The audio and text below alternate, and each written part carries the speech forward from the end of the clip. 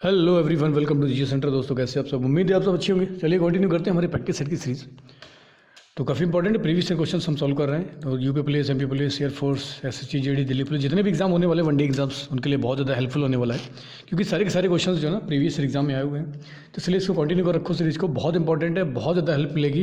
Exam दे के आओगे तब पता चलेगा कि कितने सारे क्वेश्चन डायरेक्टली फंसेंगे। ठीक है, तो ध्यान रखो, इसको लगातार देखते रहो, पढ़ाई करते रहो, क्योंकि one day exams previous year question ही बार बार रिपीट होते हैं, बाकी कुछ नहीं है। अगर आप प्रीवियस ईयर चाहे कोई भी सब्जेक्ट हो, उसमें अगर आप प्रीवियस ईयर कम से कम 10 साल का लगा के जाते हैं तो आपको बहुत ज़्यादा वहाँ पर हेल्प मिल जाती है और बहुत ज़्यादा चांस बढ़ जाता है औरों की तुलना में कि आप वहाँ पर अच्छा करें। ठीक है, तो चलिए कंटिन्यू करते हैं। आज पहला क्वेश्चन देखते हैं हम कि चंद्रमा की परावर्तित प्रकाश किरणें कितने समय में पृथ्वी तक पहुंचती हैं। तो यहाँ पर चंद्रमा की बात कर रहे हैं कि चंद्रमा की जो किरणें हैं वो पृथ्वी तक कितने समय में पहुंचती हैं। तो सूर्य की किरणों से ही रिफ्लेक्शन होता है, इसकी वजह से हमें चंद्रमा चमकता हुआ दिखाई पड़ता है। तो उन किरणों को पहुंचने में पृथ्वी पर कितना समय लगता है? तो ये लगता है 1.3 सेकंड। ठीक है, कल हमने सूरज के बारे में बात की थी कि सूरज की किरणें पृथ्वी तक पहुंचने में कितना समय लगता है। आज चंद्रमा की है, तो चंद्रमा का लगता है 1.3 सेकंड।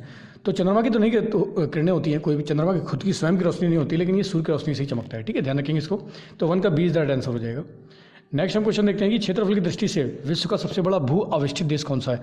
तो विश्व का सबसे बड़ा लैंड लॉक कंट्री की यहाँ पर बात कर रहा है क्षेत्रफल की दृष्टि से। तो कौन सा देश है दुनिया में जो सबसे बड़ा लैंड लॉक्ड कंट्री है? तो ये है आपका मंगोलिया।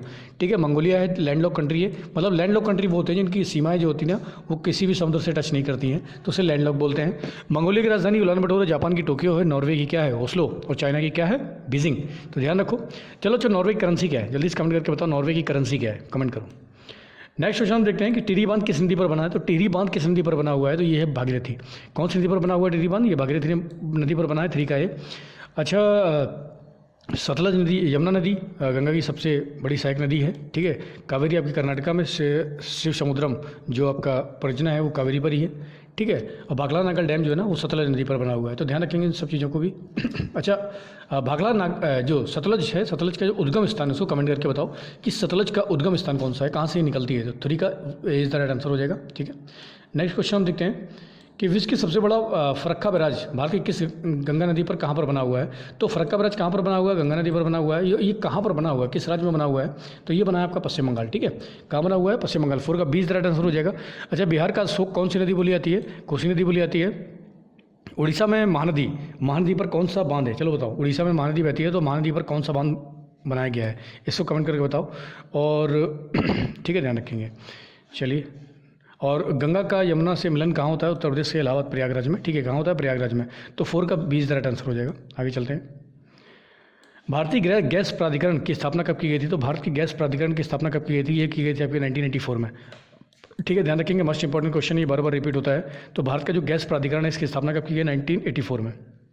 अगला क्वेश्चन हमारा है कि भारत में कृषि मूल्य आयोग, भारत में जो कृषि मूल्य आयोग है उसकी स्थापना कब की गई थी? तो कृषि के मूल्यों को निर्धारण करने के लिए भारत में कृषि मूल्य आयोग की स्थापना की गई। इसकी स्थापना कब की गई थी? तो इसकी स्थापना की गई थी आपकी कृषि मूल्य आयोग की, जल्दी बताएंगे, पता है? तो कृषि मूल्य आयोग की स्थापना आपकी की गई थी लगभग 1964 के आसपास। ठीक है, 1964 में की गई थी। तो 6 का ए राइट आंसर हो जाएगा हमारा कि 1964 में कृषि मूल्य आयोग की स्थापना की गई थी। नेक्स्ट हम क्वेश्चन देखते हैं कि झील के अंदर झील, मतलब झील के अंदर झील है तो ये किस देश में है? झील के अंदर झील मेनीटू। तो झील का नाम क्या है? मेनीटू। ये किस देश में है? ये कनाडा में है। ठीक है, ध्यान रखेंगे, कनाडा में है। कौन सी झील? मेनीटू, जो झील के अंदर झील है, मतलब झील है फिर उसके अंदर ही एक झील है, मतलब समझे, ये लैंड एरिया है, झील, उसके अंदर फिर एक झील बनी हुई है। तो ये है मेनीटू। ये कहाँ पर है? ये आपका कनाडा में है। ठीक है, इटली में विसुवियस स्टम्बोली ज्वालामुखी काफ़ी इंपॉर्टेंट है। और अब बात करते हैं फ्रांस में, फ्रांस वगैरह, फ्रांस स्विट्जरलैंड वगैरह अल्प्स माउंटेन है वहाँ पर। ठीक है, रूस की राजधानी क्या है? मॉस्को। फ्रांस की क्या है? पेरिस। और इटली की क्या है? जल्दी से कमेंट करके बताओ, इटली की राजधानी क्या है, कमेंट करो। नेक्स्ट क्वेश्चन देखते हैं हम, किस देश को यूरोप का भारत कहते हैं? तो यूरोप का भारत किसे कहते हैं? ये कहते हैं इटली को। ठीक है, ध्यान रखेंगे, यूरोप का भारत किसे कहा जाता है? ये इटली को कहा जाता है। फ्रांस के राष्ट्रपति कौन है इस समय? इमैनुअल मैक्रोन है। ठीक है, स्पेन की राजधानी क्या है? मैड्रिड है। और स्पेन का राष्ट्रीय खेल कौन सा है? बुल फाइटिंग है। रूस की राजधानी क्या है? मॉस्को। ठीक है, अच्छा, रूस की जो खुफिया एजेंसी, उसका नाम कमेंट करके बताओ कि रूस की खुफिया एजेंसी का नाम क्या है, जल्दी से कमेंट करो। तो 8 का डी राइट आंसर हो जाएगा। नेक्स्ट क्वेश्चन हम देखते हैं कि भारत के किस राज्य में सर्वाधिक लाख का उत्पादन, लाक्षागृह लाख से ही बनाया गया था। तो लाख का उत्पादन सबसे ज़्यादा कहाँ पर होता है? ये जो होता है झारखंड में। ठीक है, ध्यान रखेंगे, झारखंड में। भारत में सोना, कोलार, हट्टी के जो खान है वहाँ से निकलता है, कर्नाटका से। केरल आपका मसालों के लिए प्रसिद्ध है। और जो आपका एक महाराष्ट्र में बहुत महत्वपूर्ण उत्सव होता है, तो काला घोड़ा महोत्सव कहाँ पर होता है? महाराष्ट्र में। तो ये भी बहुत बार एग्जाम में पूछा आता है, तो इसको भी ध्यान रखेंगे। तो 9 का ए इज द राइट आंसर हो जाएगा।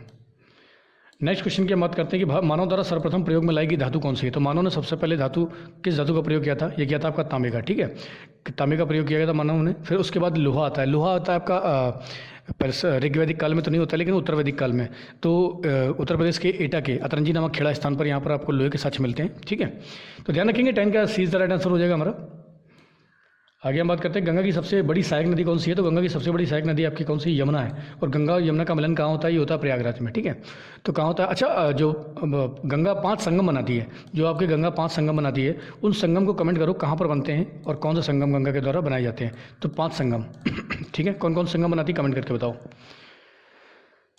अच्छा, गंगा जो ब्रह्मपुत्र में मिलती है, तो गंगा जब बांग्लादेश में जाती है तो इसे क्या बोलते हैं? जमुना के नाम से। और ब्रह्मपुत्र को क्या बोलते हैं? पद्मा।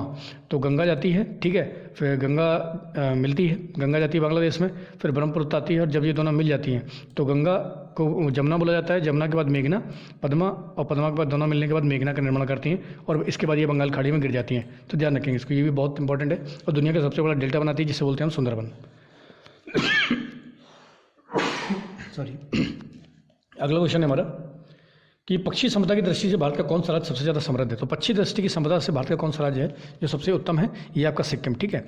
तो सिक्किम में पक्षियों की संख्या बहुत अधिकतर पाई जाती है, बहुत ज़्यादा पाई जाती है। और हिमाचल प्रदेश में रेणुका झील बहुत ज़्यादा फेमस है, इसको ध्यान रखेंगे। और भीमबेटका की गुफाएं कहाँ पर है? मध्य प्रदेश में है आपके। भीमबेटका की गुफाएं बहुत ज़्यादा इंपॉर्टेंट उत्तर प्रदेश में पूछी जाती हैं। और भीतरगांव में जो देवगढ़ का मंदिर है, ये भी एग्जाम में बहुत बार पूछा गया, तो कहाँ पर है? उत्तर प्रदेश में। तो ध्यान रखेंगे इसको। तो पक्षी संपदा में कौन सा सर्वश्रेष्ठ है? सिक्किम, ठीक है।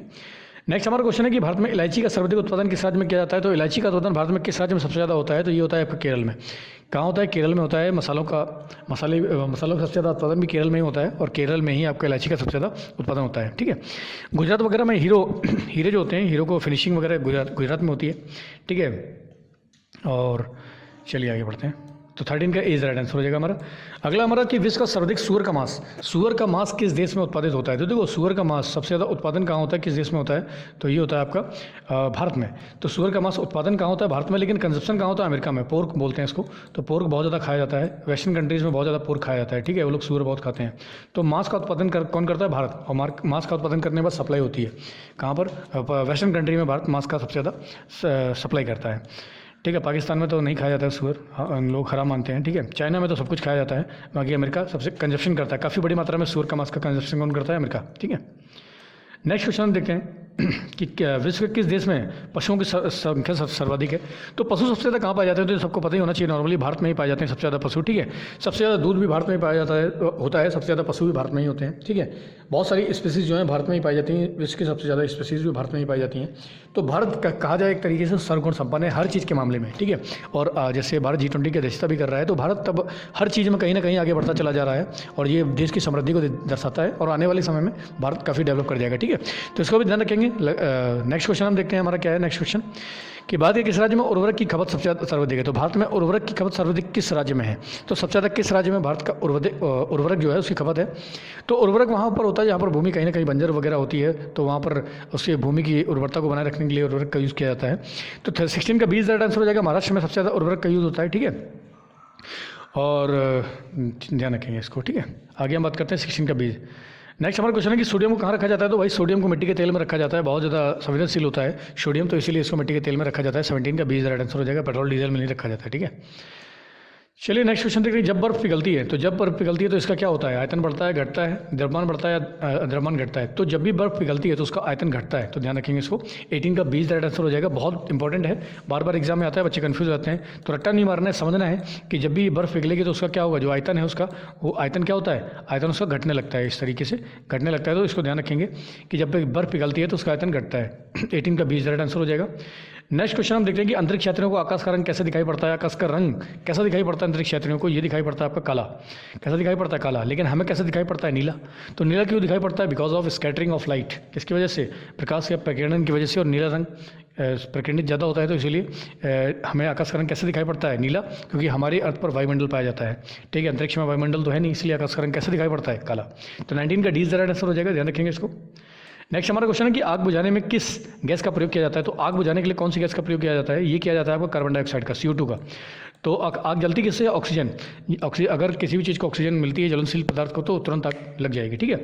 तो इसलिए आग बुझाने के लिए किस गैस का प्रयोग किया जाता है? कार्बन डाइऑक्साइड का। ध्यान रखिएगा इसको। 20 का D is the right answer हो जाएगा। नेक्स्ट हमारा क्वेश्चन है कि सिनेबार किसका अयस्क है। बहुत मस्ट इंपॉर्टेंट क्वेश्चन है, बार बार एग्जाम में ये रिपीट होता है कि सिनेबार किसका अयस्क है। ये पारे का है। किसका है? पारे का अयस्क है सिनेबार। ध्यान रखो इसको। अच्छा, लोहे का एक अयस्क कमेंट करके बताओ।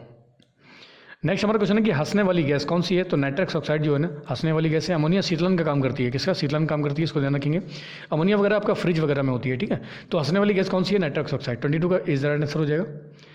नेक्स्ट हमारा क्वेश्चन है ईडन गार्डन कहाँ स्थित है। तो ईडन गार्डन आपका कोलकाता में है और यहाँ पर क्रिकेट खेला जाता है। तो पहले ईडन गार्डन ही भारत का सबसे बड़ा स्टेडियम था, लेकिन अब तो खत्म, इसका टैग छीन लिया गया है। अब कौन सा हो गया है? अब हो गया आपका सरदार वल्लभ भाई पटेल या नरेंद्र मोदी स्टेडियम हो गया है। कहाँ पर? गुजरात में। तो 23 का 20 राइट आंसर हो जाएगा। नेक्स्ट हमारा क्वेश्चन है कि लॉर्ड्स किस खेल के लिए प्रसिद्ध है। लॉर्ड्स कहाँ पर है? सबसे पहले लॉर्ड क्या है? लॉर्ड्स स्टेडियम है। और किस खेल के लिए प्रसिद्ध है? क्रिकेट। तो लॉर्ड्स में क्रिकेट खेला जाता है, दुनिया का सबसे बड़ा प्लेग्राउंड बोला जाता था। तो ये कहाँ पर है? क्रिकेट। क्या खेला जाता है इसमें? क्रिकेट, ठीक है। 24 का सी इज द राइट आंसर हो जाएगा। और लास्ट क्वेश्चन हमारा क्या है कि जापान का राष्ट्रीय खेल कौन सा है। तो जापानीज़ क्या खेलते हैं? हॉकी खेलते हैं? नहीं। फुटबॉल, क्रिकेट बिल्कुल नहीं। जापानीज़ खेलते हैं जूडो, सामुराई, ठीक है। लड़ाई झगड़ा, कुंफू, मार्शल आर्ट, ये सारा कहाँ होता है? जापान में ही होता है। तो 25 का डी राइट आंसर हो जाएगा। बहुत इंपॉर्टेंट क्वेश्चन है, मस्ट इंपॉर्टेंट है, बार बार एग्जाम में रिपीट हुए हैं। तो इसलिए देखते रहो इसको, लगातार रिवीजन करो, लगातार पढ़ाई करो। और क्वेश्चन बहुत ज़्यादा इंपॉर्टेंट है और इसको 1-2 बार देख लो और रिवीजन कर लो। चलिए लगातार पढ़ाई कीजिए, लगातार मेहनत कीजिए। आज के लिए इतने बहुत है। जय हिंद।